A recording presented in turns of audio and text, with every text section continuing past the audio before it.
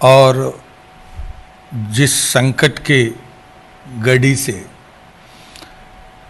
यह देश और संपूर्ण विश्व गुजर रहा है।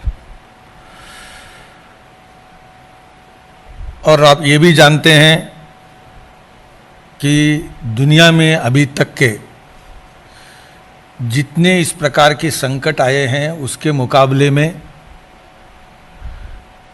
ये बहुत कई गुना अधिक कॉम्प्लेक्स, चुनौतीपूर्ण और संपूर्ण विश्व की आबादी के स्वास्थ्य पर और संपूर्ण विश्व की आबादी की अर्थव्यवस्था पर बहुत जबरदस्त प्रतिकूल असर डालने वाला ये महामारी है। पूरी विश्व में एक प्रकार से त्राही त्राही की स्थिति है।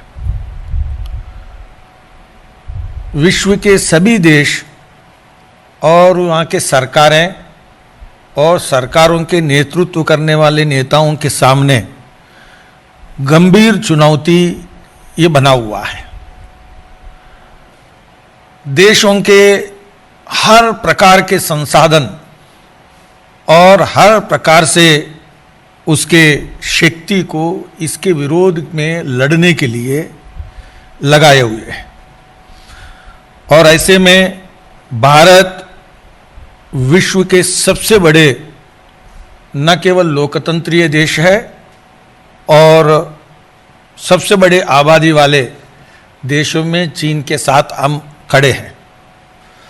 तो ऐसे में देश के सामने लोकतंत्रीय देश और सबसे बड़े आबादी वाला देश, ये इसके नाते हमारे सरकार मोदी जी के नेतृत्व में बहुत इस प्रकार की चुनौतीपूर्ण संकट को गत महीनों में हम देख रहे हैं कि बहुत कुशलता से और बहुत संजीदगी से और बहुत सारे लोगों को, पूरे देश के आबादी को एक तरफ जागृति लाते हुए, संगठित करते हुए और पार्टी और राजनीति और दल के दलदल से देश को ऊपर लाते हुए एक आग्र होकर, एक चित्त होकर इस संकट को कैसे पार किया जाए, इसी में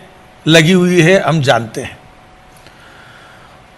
और जैसा आदरणीय देश के प्रधानमंत्री आदरणीय मोदी जी ने देश के सामने बताया कि ये संकट भी है और ये अवसर भी है, तो इस अवसर के नाते आप सब जानते हैं कि मोदी जी ने दो प्रकार के जो दिशाएं हैं उन दिशाओं में इस सरकार को ले जा रहे हैं।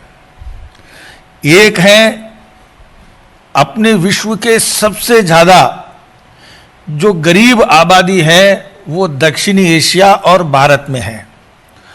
ऐसे में ये संकट के समय में गरीब लोगों का उत्थान और गरीब लोगों के कल्याण और गरीब लोगों की चिंता ये सर्वोपरि है।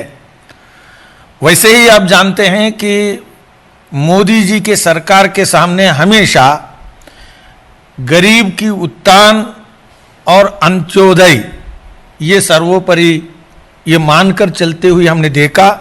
तो ऐसे में जो हम देखते हैं कि गरीब कल्याण की दिशा में इस सरकार ने इस संकट में सर्वोत्तम एक प्राथमिक मानकर, सबसे महत्वपूर्ण मानकर उसके ओर कदम उठाए हैं। तो उसके अंतर्गत दो दिशाओं में आप सब जानते हैं कि इस सरकार ने गत कुछ दिनों में काम किया है। पहले गरीब कल्याण योजना और जिसके अंतर्गत 1.70 लाख करोड़ इसकी व्यवस्था करना और उसके अंतर्गत गरीब लोगों को 80 करोड़ लोगों को उनको चावल या गेहूं 5 किलो चावल या 5 किलो गेहूं हर व्यक्ति को देना और हर परिवार को 1 किलो दाल देना जो काम किया था लॉकडाउन के समय में और लॉकडाउन के उपरांत, अभी प्रधानमंत्री जी ने एक निश्चित काल अवधि के लिए नवंबर, दीपावली और छठ तक गरीबों की चिंता को सुनिश्चित या सुरक्षित किया है। सामाजिक सुरक्षा के नाते ये बहुत महत्वपूर्ण कदम उठाया। दूसरा महत्वपूर्ण, इस सामाजिक सुरक्षा के विषय में जो प्रदेश हैं, जिन प्रदेशों में माइग्रेंट लेबर जिसको कहते हैं कि बहुत बड़ी संख्या में हम देखते हैं, और उन लोगों के लिए आप अन्न योजना के बाद गरीब कल्याण रोजगार योजना, ये सबसे महत्वपूर्ण कदम को भी एक अकाउंटेबल तरीके से, एक मेजरेबल तरीके से उन्होंने कुछ काम भी रोजगार के लिए दिया, क्योंकि माइग्रेंट लेबर उन प्रदेशों में गए हैं और उनको काम देना है और उनके लिए एक एसेट क्रिएशन में उनका एम्प्लॉयमेंट को क्रिएट करते हुए और उनको रोजगार भी मिले और देश को कुछ एसेट्स निर्माण भी हो। तो इस कल्याण रोजगार योजना जो है 20 तारीख को आदरणीय प्रधानमंत्री जी ने घोषित किया। निश्चित मापदंडों के तहत 6 राज्य, 116 जिले, 125 दिन, इस प्रकार के एक निश्चित मापदंड, क्योंकि जिसको माइग्रेंट लेबर बहुत अधिक पहुंचे हैं, जिसको पहचाना गया और पहचानने के बाद ये एक सामाजिक सुरक्षा और रोजगार की गारंटी और अन्न और सुविधा और जनधन अकाउंट्स में पैसा इस प्रकार के पहुंचाया है।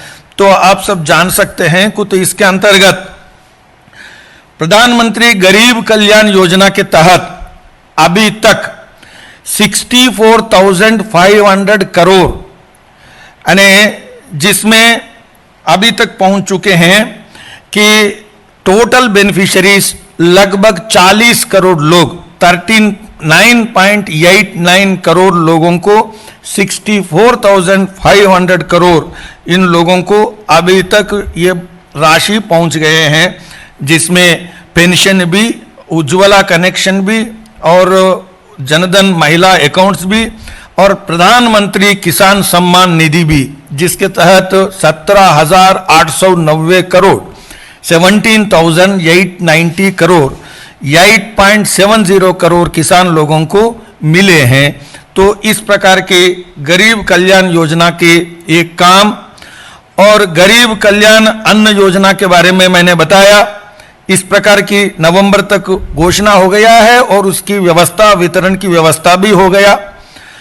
और इसी के अंतर्गत मनरेगा, जो सामाजिक सुरक्षा के नाते मनरेगा में 40,000 करोड़ रुपया जो एडिशनल आवंटन किया है, additional money which was allocated, इसमें अभी तक जो प्रोग्रेस रिपोर्ट है, I am giving the progress report, 20 states have already came on the board. 20 राज्य अभी तक इस प्रकार के कि 1 नेशन 1 रेशन कार्ड पोर्टेबिलिटी में अभी तक 20 राज्य आ चुके हैं और अपेक्षा है 2021 मार्च तक संपूर्ण केंद्र शासित प्रदेश और जो बचे हुए राज्य ये सब बोर्ड पर आएंगे और 1 nation 1 ration card portability will become the reality. So the insecurity among the people, migrant labor, that is assured and it is taken care by the government wherever they are.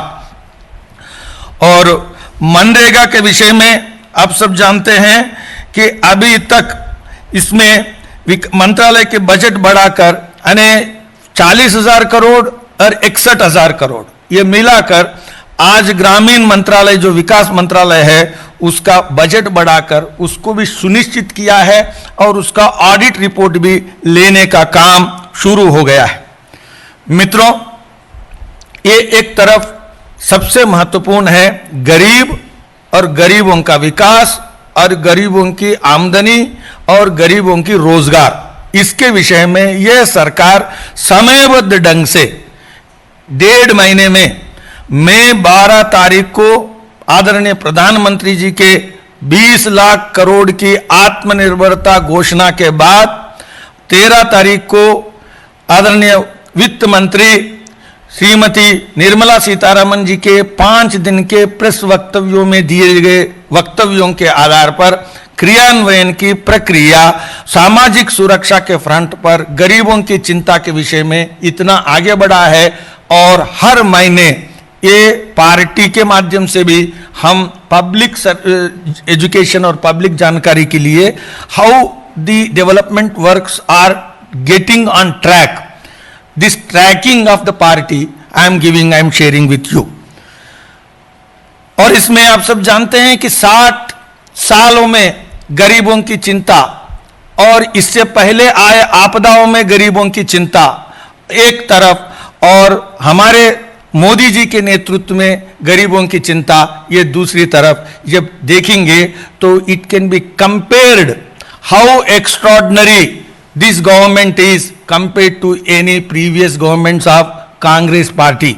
तो ये एक बात मैं कहना चाहता हूं, चिंता है कि मैं ये जब कह रहा हूं, देश के विपक्ष गरीबों की सेवा करते समय चुनौतीपूर्ण समय में साथ देना चाहिए, सेवा में लगना चाहिए, लेकिन प्रतिपक्ष में जो नेता है वे अपने पुराने पार्टी की इतिहास और सेवा के इतिहास ना पढ़ते हुए इस प्रकार के एक गैर जिम्मेवार प्रश्न करते रहते हैं, लेकिन जनता देख रही है, मैं आपके माध्यम से ये बता रहा हूं। दूसरा एक महत्वपूर्ण आयाम है, एक तरफ सामाजिक सुरक्षा है, गरीब कल्याण है, गरीबों का रोजगार है, तो दूसरा महत्वपूर्ण है विकास।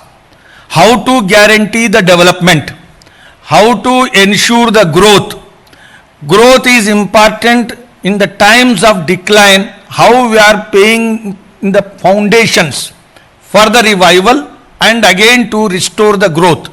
ये एक महत्वपूर्ण पहलू है जिसमें 10% ऑफ जीडीपी 20 लाख करोड़ की घोषणा और विश्व में अन्य देशों के मुकाबले में ये महत्वपूर्ण घोषणा और अपने सीमित संसाधनों को देखते हुए भी महत्वपूर्ण विकास में निवेश करने का प्रधानमंत्री जी का निर्णय, अवसर में बदलने वाले निर्णय जिसमें आत्मनिर्भरता अभियान, it is not just reviving the economic growth, क्योंकि ग्लोबल सप्लाई चेन्स डिसरप्शन हो चुका है। तो ऐसे में restoring the economy based on self reliance is the only way and it is only the credible way. इस प्रकार के मोदी जी ने नया मंत्र जो दिया, जिसके अंतर्गत सबसे बड़ा आयाम है small scale industry, micro small medium industry, MSME, ये एक बहुत बड़ा सेक्टर है, अपने देश के निर्यातों के लिए जिम्मेवार, अपने देश के रोजगार के लिए जिम्मेवार। After agriculture, if there is any sector which is responsible and accountable for Indian employment and Indian exports, it is only the MSME sector. तो इसको ध्यान में रखते हुए आप सब जानते हैं कि सबसे बड़ा महत्वपूर्ण इस संकट काल में एमएसएमई के विषय में क्रेडिट गारंटी, एमएसएमईज की जो क्रेडिट लिमिट रिक्वायरमेंट्स है उसके लिए without collateral security government of India is giving the guarantee, ये बताया है। तो इसके अंतर्गत आप सब जानते हैं कि एमएसएमई में अभी तक 1,10,00,000 करोड़ तक ऋण वितरण हो चुका है। 3 lakhs of credit is guaranteed, in which already by this day, July 1st, the country, both public sectors and private sector banks put together, they have distributed 1.10 lakh crore ये is distributed। और इसमें the separate additional thing is MSME fund of fund, और इसका भी declaration हो गया है और बनाया गया है। तो आप सब जानते हैं this is a very important achievement. When you track on the implementation, this government is fast and accelerating the speed. तो ये एक scale and speed both are maintained by Modi ji government. और इसमें stressed assets of the MSME, ये important aspect है जिसमें capital requirements में बैंकों में स्ट्रेस्ड एमएसएमईज माने गए हैं। उसके लिए 2 लाख एसएमईज के लिए 20,000 करोड़ जो रखा गया है, और उसका distressed asset fund subordinate debt is released 24 June 2020. This is declared and now this is on the way of implementation. ये एक बहुत इंपॉर्टेंट विषय है, और ऑलरेडी घोषणा जो किया है उसका इंप्लीमेंटेशन में definition change of the industry, micro small medium industry का जो डेफिनेशन है वो चेंज करने का निर्णय को यानी प्रॉमिस को निर्णय में सरकार ने कैबिनेट निर्णय में बदल दिया है। तो आप जानते हैं उसका डिटेल्स 1 करोड़ से 5 करोड़ 10 करोड़ और बाकी 20 करोड़, इस प्रकार के जो डेफिनेशन माइक्रो स्मॉल और मीडियम इंडस्ट्री का डेफिनेशन बदलने का जो प्रॉमिस है वो हो गया। इसलिए there is a greater relief to the MSMEs. और आप सब जानते हैं सरकार ने प्रॉमिस किया आत्मनिर्भरता के अंतर्गत इंडस्ट्री साइड में below 200 crore tender Indian companies are eligible, which is again on the implementation mode. It has come into the implementation. ये अभी बाद में जो भी इंफ्रास्ट्रक्चर प्रोजेक्ट्स डिक्लेयर हो रहे हैं उसमें इसको लागू करने का काम शुरू हुआ है। और आप ये भी शुरू हो गया है 2500 करोड़ रुपयों की जो सरकार पर लगेगा, उसका केंद्र सरकार ने निर्णय लिया EPF funds relieving private sector and public sector, relieving the employees both on account of this. They need not pay their contribution. Central government will take the guarantee for that, and on account of this 2500 crore central government is incurring, which was a promise, now it has got implemented. So this is a implementation track record। और इसमें NBFCs के लिए भी partial credit, इसमें 45 करोड़ रुपए की liquidity की घोषणा की थी, और ये 31 2021 तक this Avenue will be available and it is again implemented.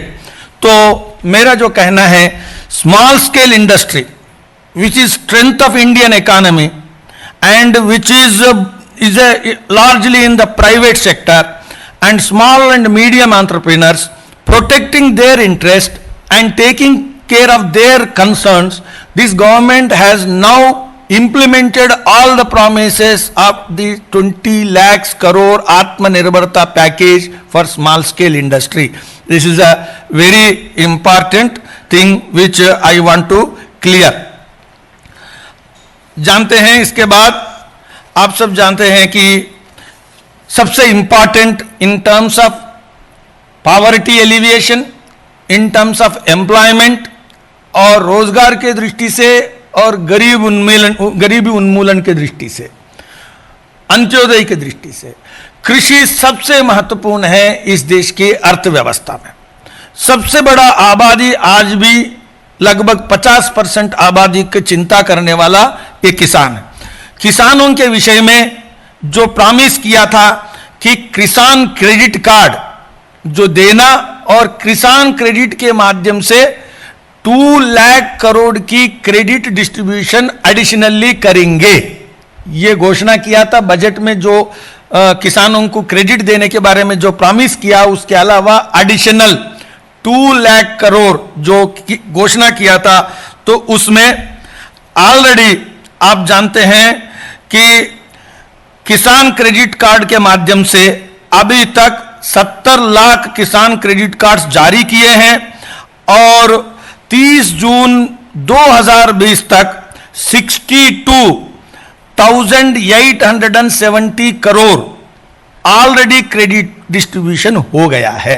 62,870। So this is the pace of the implementation of this government in as part of Atmanirbharta campaign. तो ये किसानों के विषय में किसान सम्मान निधि के नाते मैंने पहले कहा जो पैसा गया है उसकी चिंता किया, सॉइल हेल्थ कार्ड की पहले से चिंता है, फसल बीमा योजना की पहले से चिंता है। ये सब करते हुए आत्मनिर्भरता के पैकेज की घोषणा के बाद 62,870 बाई 30 जून 2020 तक क्रेडिट हम दे चुके हैं। इसमें स्पेशल लिक्विडिटी फैसिलिटी के नाते भी कोऑपरेटिव बैंक्स, रूरल बैंक्स और एमएफआईज इसमें भी 24,586 करोड़ बैंकों की लिक्विडिटी भी बढ़ाया है। तो ये एक सबसे इंपॉर्टेंट है। And in this farmers historic and revolutionary क्रांतिकारी one nation one market, one nation one market की जो घोषणा करने के बाद मोदी जी सरकार एसेंशियल कमोडिटी एक्ट में से किसानों के जो अनाज है उसको बाहर लाया, सो दैट आपको स्टोरेज के विषय में कोई क्वांटिटेटिव रिस्ट्रिक्शंस नहीं है। अब होर्डिंग के बारे में कोई गलतफहमी नहीं हो सकता। You can now store any amount, और आपका निर्यात करने के बारे में भी कोई प्रॉब्लम नहीं है कि ultimate aim is how farmer can get maximum price. This is the target with which essential commodities act में से बाहर लाया और वन नेशन वन मार्केट को इंप्लीमेंटेशन का ऑर्डिनेंस लाया है। Because parliament is not in session and urgency is there, so ordinance is brought, और ये ऑर्डिनेंस के माध्यम से और इलेक्ट्रॉनिक मार्केट को भी एक करते हुए farmers empowerment and protection agreement on price assurance and farm services ordinance भी लाया। Farming produce trade and commerce एक ऑर्डिनेंस, और इस प्रकार की दूसरा ऑर्डिनेंस। ये अर्थ ये है कि फार्मर को कॉन्ट्रैक्ट फार्मिंग में जाते हुए सबसे बेस्ट प्राइस जो दे सकता है उसके साथ उतना एग्रीमेंट कर सकता है। Progressive, futuristic, farmer friendly, this is the government under the stress and distress, not ignoring the farming community. Modi ji's government has focused on the farming section and he has delivered as Atmanirbharta package, part of the package. तो मैं आपको ये एक बात कहता हूं, और उसके साथ साथ agriculture and rural, it includes coastal area and it includes fishing, it's allied sector. Allied sector में फिशरमैन को 20,000 करोड़ रुपया, यानी ये मछुआरों के लिए, आप जानते हैं मछली पालन के विषय में फार्मर्स की जो एग्रीकल्चर क्रेडिट में भी एक्सेस मिलेगा, और ये ब्लू रेवोल्यूशन के अंतर्गत उनको 20,000 करोड़ में भी एक्सेस है, which is now on the implementation mode. और हमारा जो स्पेशल मिनिस्ट्री डिपार्टमेंट है, it has declared and it has started. तो ये एक बात मैं आपके सामने कहना चाहता हूं। और इसमें सबसे इंपॉर्टेंट है एग्रीकल्चर इंफ्रास्ट्रक्चर फंड 1 लाख की जो करोड़ की जो घोषणा किया है 25 एंड 26 जून 2020 को भारतीय कृषि में ऐतिहासिक सुधार, कृषि उद्यमों में निवेश के अवसर पैदा करने के लिए और कृषि सुधारों में एक नई शुरुआत करने के लिए 1 लाख करोड़ इस प्रकार के इंफ्रास्ट्रक्चर फंड ये किया है। तो और 10,000 एफपीओस, फार्मर प्रोड्यूसिंग ऑर्गेनाइजेशंस, इस प्रकार के लक्ष्य रख करके अब आगे बढ़ा है। Now every day government of India is tracking the progress and taking the report. और माइक्रो क्लस्टर्स के बारे में आप जानते हैं कि फूड प्रोसेसिंग की क्लस्टर्स में अभी तक उद्यमों के फॉर्मलाइजेशन का काम शुरू किया है, और इस माध्यम से सरकार का लक्ष्य है 35,000 करोड़ रुपए के निवेश, और इसके कारण से 9 lakh skilled and semi skilled लोगों को ये काम मिले, रोजगार मिले, और 10,000 करोड़ का ये फंड इन्वेस्टमेंट ये शुरू हो गया है। और मत्स्य संपदा की योजना के अंतर्गत मैंने जो 20,000 करोड़ बताया है, और इसमें ऑलरेडी पूरी क्लैरिटी बना दिया है। केंद्र के ओर से 9,407 करोड़, और राज्यों का जो स्टेट्स का हिस्सा है वो 4,880 करोड़, एंड बेनिफिशरीज जो लाभार्थी होंगे उनके माध्यम से 5,763 करोड़ ये पूरी रचना बनाकर इंप्लीमेंटेशन मोड पर ला चुके हैं। Animal husbandry which is allied sector of agriculture, इसके विषय में 24 जून को डिक्लेरेशन हो गया। 15,000 करोड़ का पशुपालन और ये सारे व्यवस्थाओं का काम हो चुका है। मित्रों, finally in the agriculture sector MSP declaration, यही सरकार है ऐतिहासिक दृष्टि से निवेश के ऊपर 50% का लाभ इसको मोल मिलाकर कि हमने एमएसपी डिक्लेयर करने का काम शुरू किया और हर वर्ष करने का काम किया है। 1 जून 2020 को 14 खरीफ फसलों पर एमएसपी बढ़ाया है। धान की एमएसपी प्रति क्विंटल 53 रुपीस और काटन पर 260 to 275 रुपया प्रति क्विंटल बढ़ाई गई है और डिक्लेरेशन हो गया और इसकी प्रोक्यूरमेंट के नाते ये काम चल रहा है। आप जानते हैं इलेक्ट्रॉनिक मार्केट भी एक हो गया है। Now coming to the fundamental issue of the economy, how to convert the crisis into opportunity. This government has now started taking care and addressing the issues of infrastructure. आप सब जानते हैं coal mining is an important step initiated by this government. Now it is not just declaration, coal mining is opened for the private mining, commercial mining. ये काम शुरू हो चुका है और auction of coal blocks has already been launched by Honorable Prime Minister of this country. और अब जानते हैं कि इस मजबूती देने के लिए कि इस नीलामी प्रक्रिया से the auction which was initiated, Government of India is expecting 33,000 crore through this auction. और इसमें 200 करोड़ का जो है Indian companies only can get into, ये इंप्लीमेंट किया है और प्राइवेट 41 कोल ब्लॉक्स को ये जो ऑक्शन करने का काम शुरू हो गया। This is we were depending on imports for coal import. India is a reserve of largest coal blocks in the world and India is the importing country for coal. Why and what? Now the road blocks are removed, so crisis into opportunity. Now private mining is opened. आप जानते हैं in industrial sector to achieve the self reliance, another important dimension GEM, government electronic market, ये जो बनाया है इसमें origin of country, जिसको origin country को डिक्लेयर करना ये बाध्य किया है, जिससे local domestic producers and manufacturers, industrial manufacturers को बढ़ावा मिलेगा। और the purpose of this Atmanirbharta Abhiyan is to encourage and to promote the local industry, local, go for local, become vocal for local, जिसके लिए enabling provision है constitutional amendment, इसमें reformist agenda on this GEM is declared कि आपको origin declare करना है so that procuring agency वो करेगी। Now SEZs and cluster of industries, और इसमें 5 ट्रिलियन की अर्थव्यवस्था बढ़ाना 24-25 तक, India to become 5 trillion economy.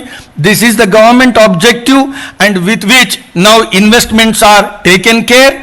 And in that aspect defence is very important field along with all other infrastructures. We have understood now the importance of the defense. In times of crisis, we cannot always depend on outside avenues. So how to make India a defense self-reliance country? अब हम bullet proof jacket भी निर्यात करने लग गए हैं। पहले हम अब जानते हैं कि पीपीई अभी निर्यात कर रहे हैं, वेंटिलेटर सब निर्यात कर रहे हैं, तो हम कर सकेंगे। और अब bullet proof jacket we are exporting for 100 countries. After this government came into, we started promoting, so in that count. Now again, how India can become, now we have a 7,000 kilometer coastline, we have long borderline, and India is a big country. Protecting the assets of Indian economy and safeguarding the Indian people lives and borders is a defense challenge. So if we build up the defense self-reliance sector, we will be capable of tapping into the global market. We can export. So how to make India hub of defense manufacturing? This is the target with which our Modi ji's government, our defense minister is also regularly reviewing the progress, and on that count, the 49% cap for the foreign investment has been relaxed, and now that progress we are watching how defense minister every day is reviewing. तो आप सब जानते हैं, और कई बार civil infrastructure को आप defence और सिविल ये एक होते हैं, अलग अलग होते हैं. नौ उत्तर प्रदेश हमारे 2 हवाई अड्डों को पीपीपी मॉडल में, कि जेवर एयरपोर्ट और कृष्णनगर एयरपोर्ट, ये दोनों एयरपोर्ट्स को पीपीपी मॉडल में डिक्लेयर हो चुका है और इन दोनों का काम अब प्रारंभ होने वाला है. सबसे historic important, India has a space in the space. India in the last few decades, it has created a powerful image and branding in the space research. We have got wherewithal, we have got threshold level. Now converting it into a business, converting it into a opportunity, ये सरकार ने निर्णय लिया. Indian National Space Promotion and Authorisation Centre in space, ये organisation specially बनाया so that commercial ventures को अब private के लिए शुरू कर सके, और इस प्रकार के काम शुरू किया है. Dear friends, vocal for local, आप सब जानते हैं कि now Chinese aggression, keeping that in view, people's mood and allegations and complaints in the last few months, keeping that in view, this government has responded as part of Atmanirbharta campaign. We are self-committed, we are nationalists. For us, national self-reliance and national security is paramount. हमें इससे बड़ा काम कुछ नहीं हो सकता इस सरकार के लिए. इसलिए 59 एप्स चीन का बैन किया, और उसके बाद आदरणीय प्रधानमंत्री जी ने ऐप्स के लिए चैलेंज की ऐप घोषणा किया. Now entrepreneurs and skilled experts are invited to create apps as part of self-reliance campaign. This is also on the road. Now it is unfolded. Dear friends, RBI is now alert, active, vigilant and working very actively. आप सब जानते हैं cash reserve ratio को कम करते हुए on 2 times, 27th March and 17th April, 2 times it has come out with declaration, intervened and declared to ease the liquidity crisis in the market. उसमें बैंकों के माध्यम से लिक्विडिटी को लोगों तक पहुंचाने के लिए अभी तक कि CRR के माध्यम से लिक्विडिटी ऑफ 1,37,000 करोड़, 1,37,000 करोड़ ये CRR के माध्यम से, और targeted long term repo TLTRO इसके माध्यम से 1,00,000 करोड़, और आप सब जानते हैं marginal standing facility for banking system MSF, इसके माध्यम से 1,37,000 करोड़, और special refinance facilities for NABARD and जिसको आप कह सकते हैं CDB एंड हाउसिंग बोर्ड, इन सब के माध्यम से सरकार ने इस प्रकार के लिक्विडिटी पोजीशन को बैंकों के माध्यम से किया है. मित्रों, मैं आपको ये सब कहते हुए, सरकार ने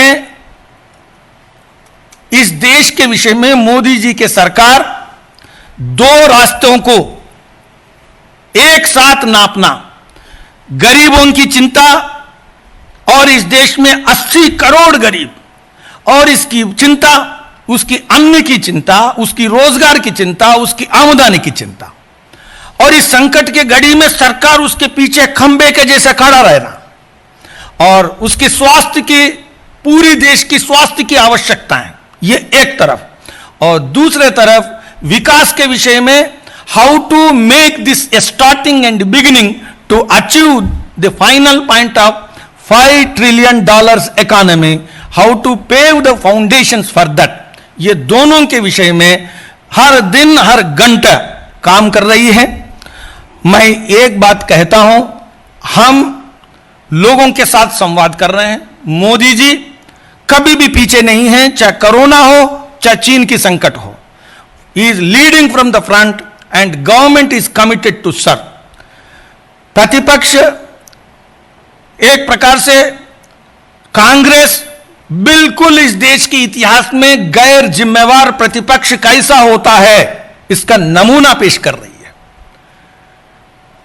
प्रतिपक्ष भारतीय जनसंघ और भारतीय जनता पार्टी का उदाहरण देख के सीखना चाहिए। जनता ने साथ दिया है। 1948, 1962, 1965, 1971 wars, we have behaved as opposition, not as an enemy to the government. We have in no way given any kind of direct or indirect strength to enemy countries. This is the example we have demonstrated. Today, Modi ji's government is taking care of poor and economy growth and giving a model leadership for the whole world. Instead of participating in service of the poor and raising the questions in a responsible way as an opposition, they are doing lot of disservice to the nation. लेकिन Bharatiya Janata party के कार्यकर्ता मोदी जी से जो किए जाने वाले जो कार्य है, हर एक काम जनता के साथ संवाद के नाते हम बूथ लेवल तक जनता के पास ले जा रहे हैं। इस प्रकार की गतिविधियां आने वाले हर महीने में आपके सामने आएंगे। जो प्रॉमिसेस किए हैं वो ट्रांसलेट करके यथार्थ में बदलकर देश के लोगों को दिखाएंगे। इस प्रकार की प्रतिबद्धता के तहत मैं आपके सामने कुछ अंश प्रस्तुत किया हूं। धन्यवाद।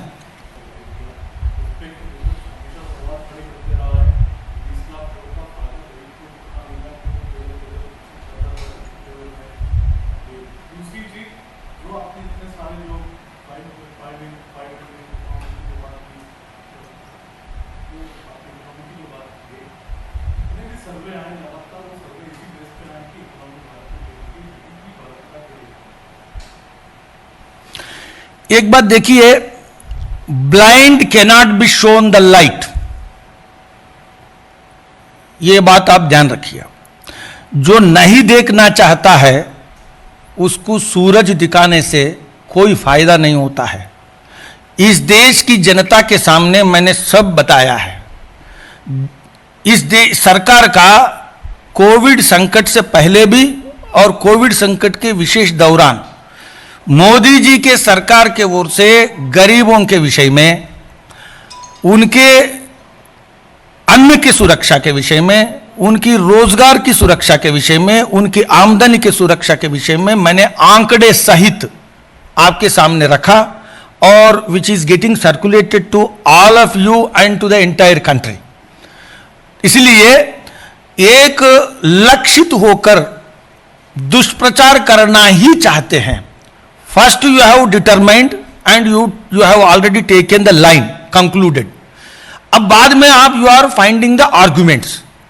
इस प्रकार के कांग्रेस के जो नेता है, विशेषकर राहुल गांधी जी, मैं दूसरी बात कहना चाहता हूं, अपने कांग्रेस के खानदानी इतिहास में झांक कर देखे और कुछ लेकर आए कि देश के पुराने आपदाओं के समय में उनका क्या इतिहास है।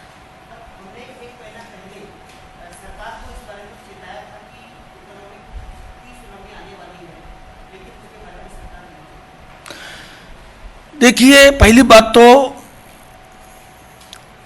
Rahul Gandhi ji is trying to present himself as a wise man which people have rejected and many times rejected. First, we have to understand what this man is saying. People have refused to accept many times. If we accept his arguments, we will be also rejected by the people. First, we have to understand. By accepting him as a leader, Congress party got decimated. So learn from his example. Now coming to the point. लघु उद्योगों के सामने चुनौती नहीं है, ये Bharatiya Janata party का या मोदी सरकार का नहीं कहना है. पैंडेमिक के कारण विशेषकर जब ग्लोबल मार्केट डिसरप्शंस हो गए, सप्लाई चेन सब डिसरप्शंस हो गए, तो ये चुनौती यथार्थ है. ये चुनौती, ये संकट यथार्थ है. There is no second opinion. और ऐसे में मोदी जी सरकार इस संकट में अलग अलग मदों के पहचान कर, रिक्वायरमेंट्स को पहचान कर, in every aspect of the problem और concern, this government has started addressing. Credit requirement address किया है, मार्केट रिक्वायरमेंट एड्रेस किया है. देखो, आप जानते हो जब मैन्युफैक्चरिंग सेक्टर का ग्लोबल सप्लाई चेन डिसरप्ट हुआ, तो आपको मालूम है इतनी बड़ी मार्केट को मोटिवेट करके now honourable prime minister is motivating the people to become the market for our own manufacturing sector, building a connect, ताकि हमारे लघु उद्योग कहीं खत्म ना हो जाए. और ये देशभक्ति का तकाजा है, आप खरीदो. This is the greatest wise thing. He has connected the Indian market with the Indian manufacturer. इसलिए the science and the subtleties, if he cannot understand, he can never become a able leader enabling the Congress party to become powerful again. तो ये बात मैं कहना चाहता हूं, मोदी जी ने कृषि, लघु उद्योग, एमएसएमईज और गरीब, ये सब चीजों की अलग अलग सेक्टर में पूरे इश्यूज को 360 डिग्रीज में एड्रेस किया है.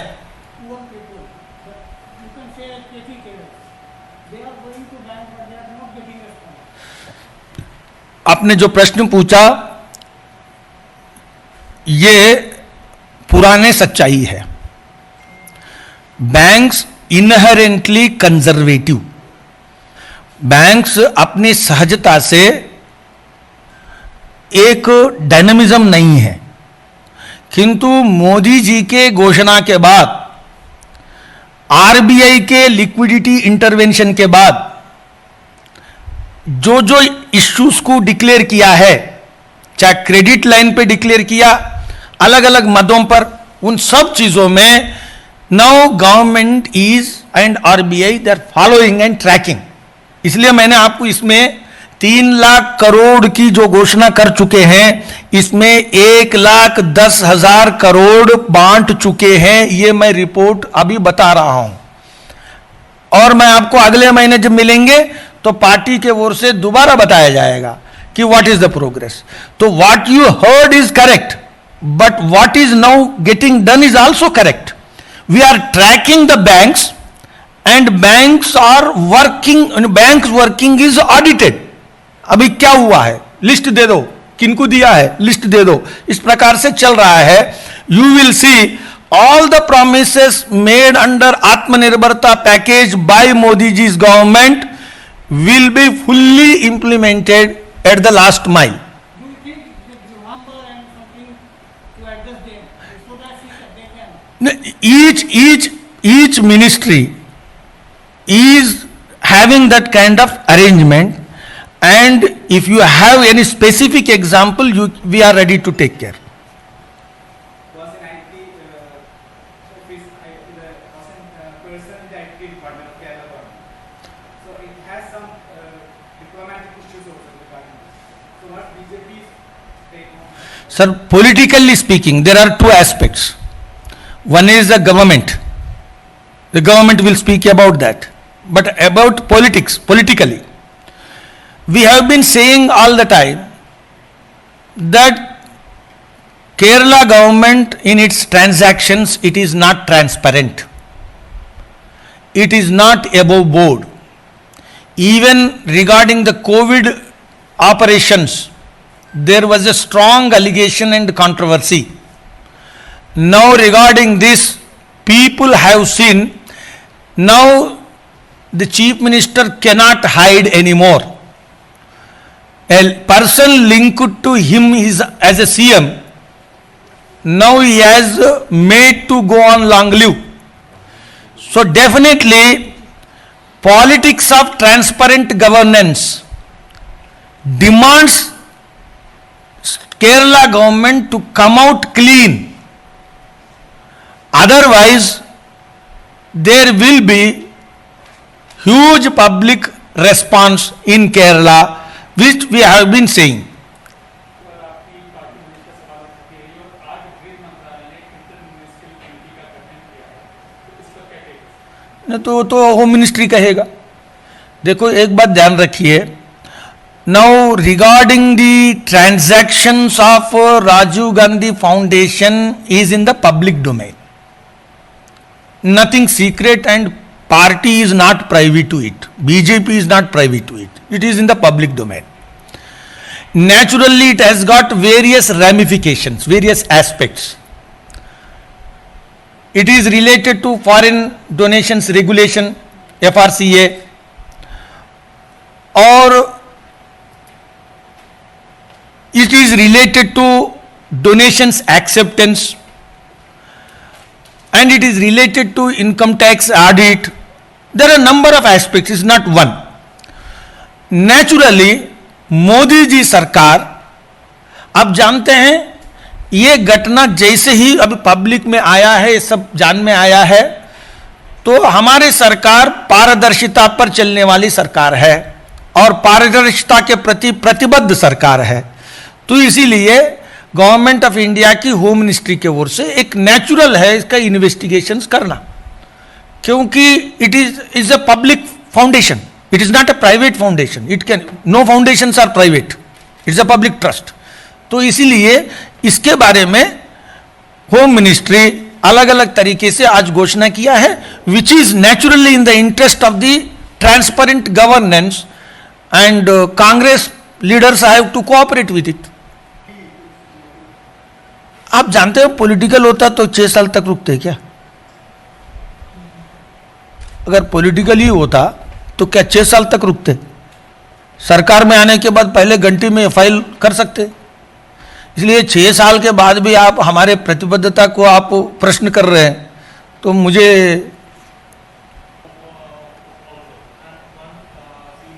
I told already, I have already responded कि a person is made to go on long live. This itself gives a serious disturbing message about the whole activity. बहुत बहुत धन्यवाद. बहुत धन्यवाद. మిత్రులారా,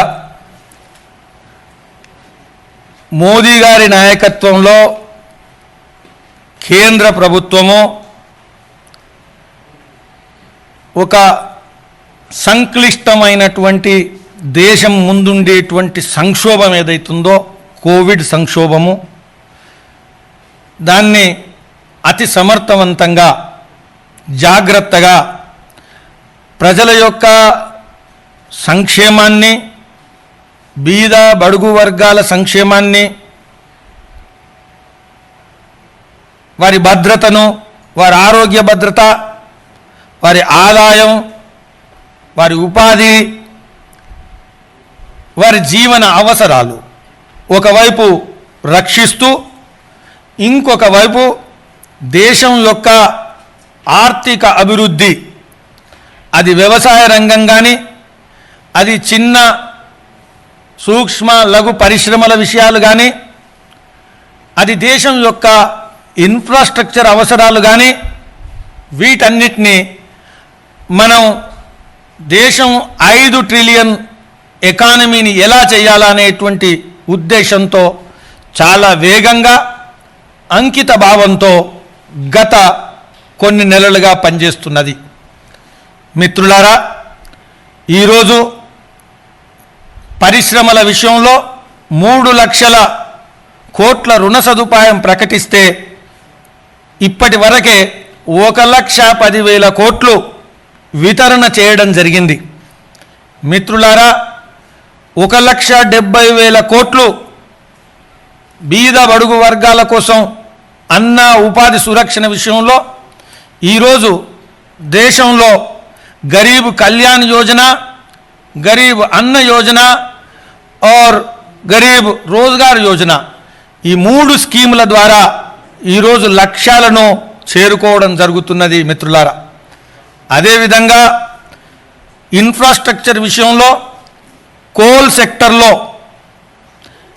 ప్రైవేటైజేషన్ ఏదైతుందో అది చేయడం ద్వారా 41 కోల్ బ్లాకులను ప్రైవేటైజ్ చేయడం ద్వారా ఆక్షన్ ద్వారా 33,000 కోట్లు పెట్టుబడి సాధిస్తున్నాము అనేటువంటిది 8-9 లక్షల మందికి ఉపాధి పెరుగుతుందనే ఉద్దేశంతో ఈరోజు పెట్టుబడులను ఆకర్షించడం కోసం కోల్ ప్రైవేటైజేషన్ చారిత్రాత్మకమైన నిర్ణయం తీసుకోవడం జరిగింది.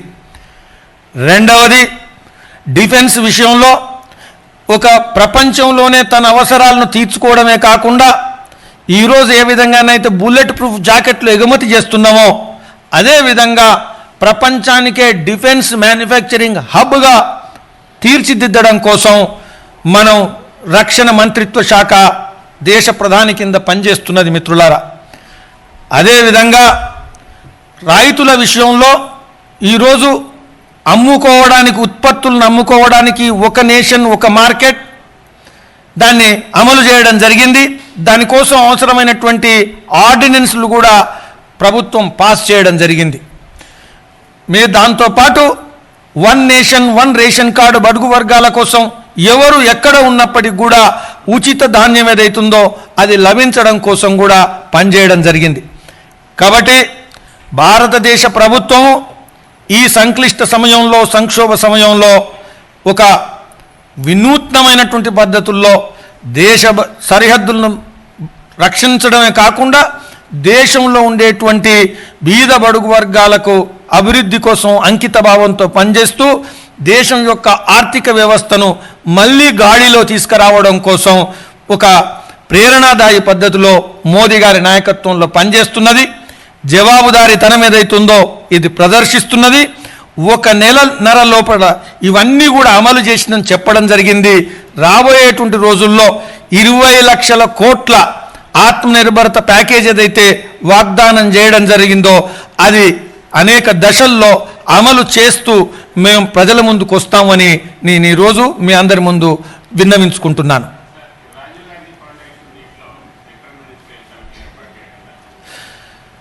కేంద్ర ప్రభుత్వము మీ అందరికీ తెలుసు, రాజీవ్ గాంధీ ఫౌండేషన్లో అనేక అంశాలు ఈరోజు ప్రజలకు తెలిసాయి.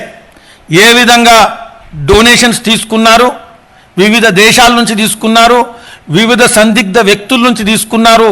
ఇది ప్రజల్లో చర్చనీయాంశమైన సందర్భంలో పారదర్శకత, అవినీతి రహిత ప్రభుత్వానికి అంకిత భావంతో పనిచేస్తున్న మోదీ గారి ప్రభుత్వం ఈరోజు హోమ్ మినిస్ట్రీ ఆధ్వర్యంలో ఒక కమిటీని ప్రకటించడం జరిగింది.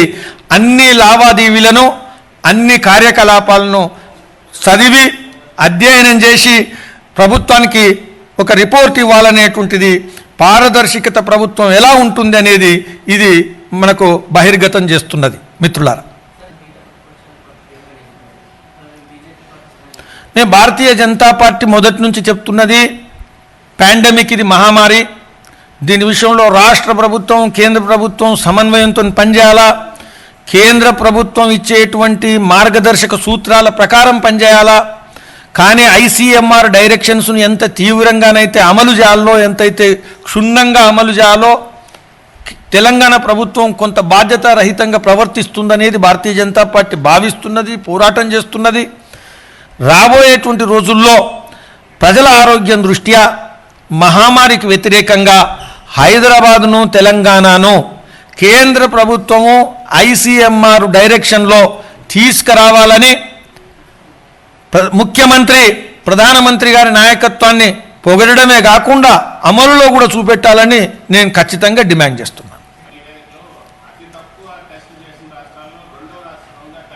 చెప్పినా కదా, ఇప్పుడు నేను మొదలు కూడా భారతీయ జనతా పార్టీ, మా రాష్ట్ర పార్టీ మేము చెప్పడం జరిగింది, తెలంగాణ ప్రభుత్వము కేంద్ర ప్రభుత్వం ఇచ్చేటువంటి మార్గదర్శక సూత్రాలు ఏవైతున్నాయో testing, tracing and treating, test, trace and treat వీటిని కేంద్ర ప్రభుత్వం ఇచ్చేటువంటి టార్గెట్స్ ప్రకారం పనిచేయాలా అని మేము డిమాండ్ చేస్తున్నాము, అక్కడ ఇక్కడ. ధన్యవాదాలు. बहुत बहुत धन्यवाद।